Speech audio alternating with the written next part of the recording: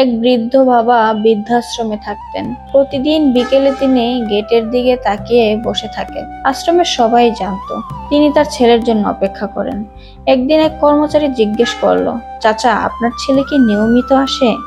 বৃদ্ধ মুচকি হেসে বললেন, না, প্রায় 1 বছর হলো আসেনি। কর্মচারী অবাক হয়ে বললেন, তাহলে আপনি প্রতিদিন অপেক্ষা করেন কেন? বৃদ্ধর চোখে পানি চলে এলো। তিনি বললেন, ও যখন ছোট ছিল, স্কুল ছুটি হলে আমি প্রতিদিন গেটের সামনে দাঁড়িয়ে ওর জন্য অপেক্ষা করতাম। কোনোদিন দেরি হলে অস্থির হয়ে যেতাম। আজ আমি বৃদ্ধ হয়েছি, তাই ভাবি হয়তো একদিন আমার ছেলেও আমাকে নিতে আসবে। কিছুক্ষণ নীরব থেকে তিনি আবার বললেন, বাবা মায়ের ভালোবাসা অদ্ভুত। সন্তানেরা ভুলে যেতে পারে, কিন্তু বাবা মারা অপেক্ষা করা ভুলে যায় না। সেদিন আশ্রমের অনেকের চোখ ভিজে উঠেছিল। বাবা মা বৃদ্ধ হলে তারা টাকা নয়, সবচেয়ে বেশি চায় একটু সময়, একটু খোঁজ খবর আর একটু ভালোবাসা। যে হাত একদিন আমাদের ধরে হাঁটতে শিখিয়েছে, সেই হাত যেন বার্ধক্যে একা না হয়ে যায়।